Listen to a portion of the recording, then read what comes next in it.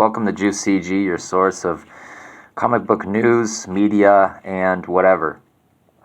Today I'm going to be talking about some older articles. The first one is from bleedingcool.com.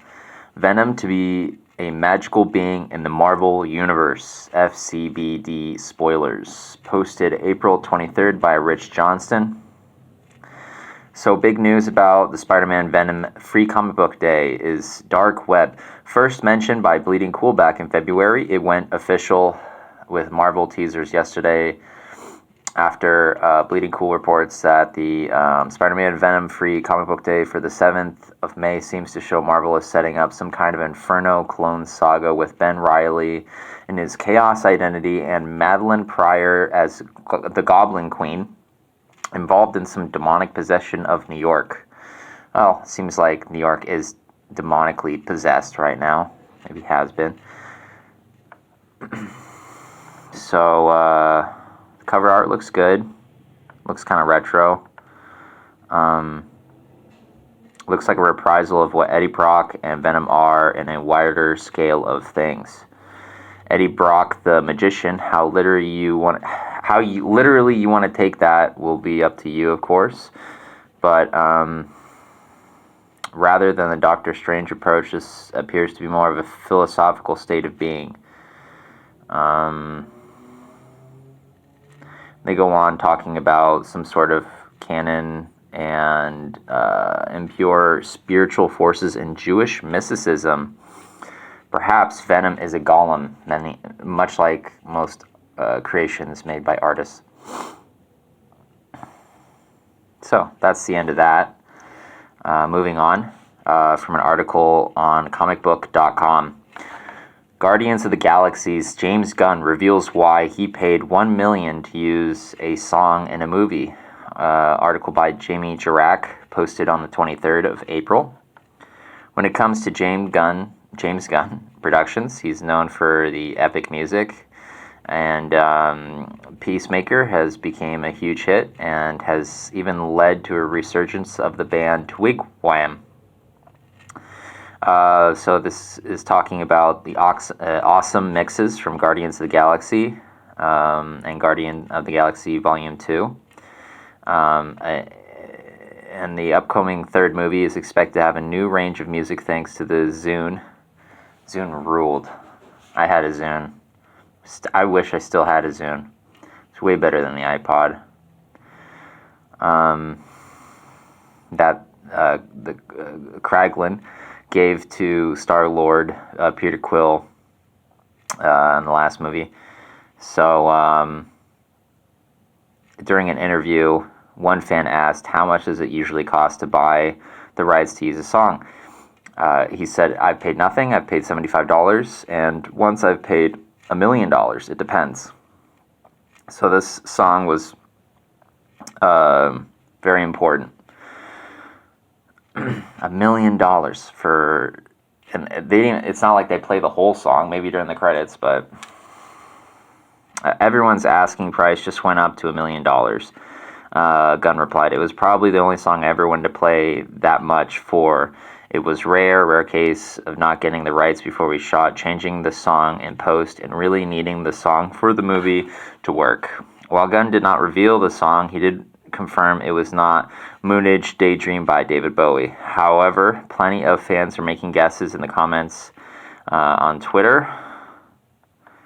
So I'll try and see. No, they don't really reveal anything. So apparently James Gunn was denied use of one song for Peacemaker and wants it for Volume 3, and that seems to be it's just a bunch of nonsense. This article isn't well written, kind of goes wherever. I think if you write an article about a $1 million song, you should really kind of deduce something, or at least a list of what it could be. But yeah, alright, sweet.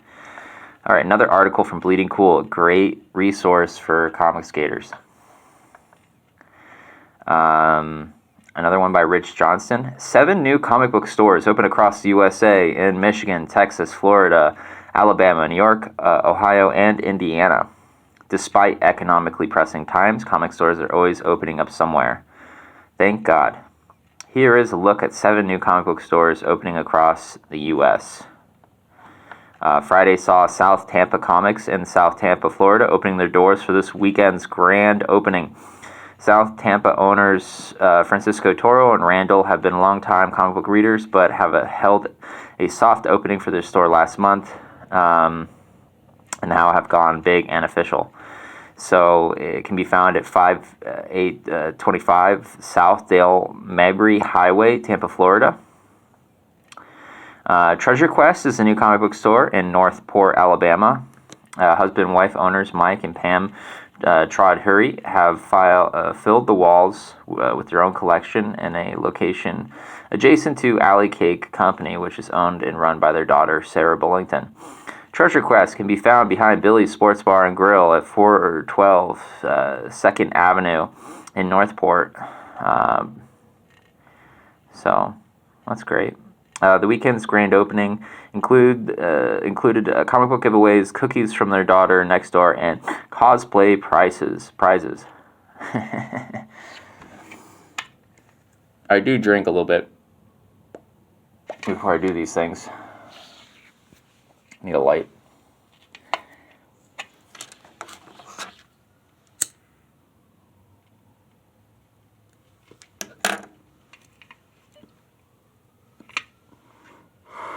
You guys don't know how much effort it takes to smoke with a mask on.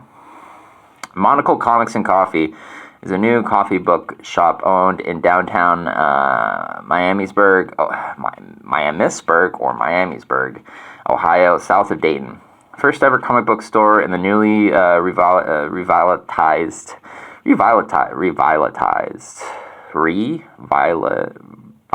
fuck, I can't say that word.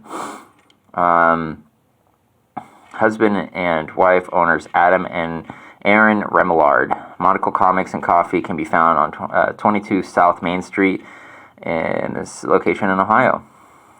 Dennis Barger had a soft opening for Wonderworld Comics 2.0, a retro comic book store selling comic books from the 90s, mostly, at the Mall of Monroe, 6495 North Monroe Street, Monroe, Michigan. And the grand opening will be in May. Hasn't happened yet, so go to Michigan. Lone Star Heroes Comics and Toys has opened a new location, 120 Highway 332, West Suite A16, Lake Jackson, Texas. The grand opening of their Lake Jackson Superstore was yesterday, including an appearance of the Green Power Ranger Jason David Frank. Gotta imagine what that looked like. Green Power Ranger in Texas. Justin Coling is opening up a new comic book store in Buffalo, New York. Kingpin Comics and Gaming this weekend can be found at 3660 Delaware Avenue, Buffalo, New York. Buffalo, New York sucks. Oh, we came up with a Buffalo. Fuck off. It's like Albany. Just like strip malls, just nothing. Just stretches of road. Lots of like, almost like TGI Fridays, those sort of things. Just Marriott's. Okay, and so lastly, the co-owners Matt Cade and Craig Way have turned an old fire station in Fort Wayne, Indiana, into a new comic book store, which opened less than a month ago. The Arcade, and it's not spelled like arcade, it's R, the letter R, Cade, Comics, Collectibles, and Gaming, at 1245 East State Boulevard, Fort Wayne, Indiana. And this is great, you know, during COVID, all the hysteria, comic book stores really took a hit. Physical media has taken a hit, and it will continue as we go further into a technological realm. But I'm glad that, you know, we can still have access to tactile media. And our last article from comicbook.com, Liam Neeson wants to return to Star Wars as Qui-Gon Jinn. Article by Patrick Kavanaugh, posted on the 18th of April.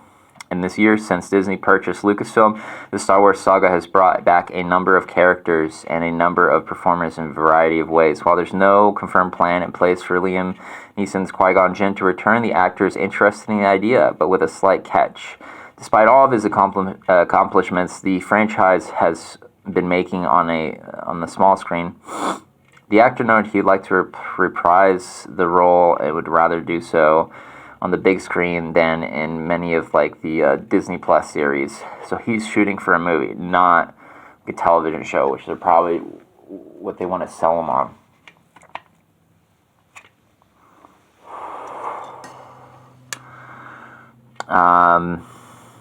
It's been 24 years. Let me repeat, 24 years since we made the quote Phantom Menace, and he can't believe where the time has gone. Yeah, me too. I was a very little kid when that movie came out. Collectible like Taco Bell cups and watches and shit. Those like little sound clip things that you could like put into a toy. It would be like Darth Maul. Tons of weird toys from back then. So it just goes on to talk about the cast from The Phantom Menace. And a bunch of nonsense. So, yeah. Great, you know. He's up for it. I think they were talking about this years ago. But, I guess the audience that watched it way back in the 90s is old enough now that they'd like to see Liam Neeson before he gets too old.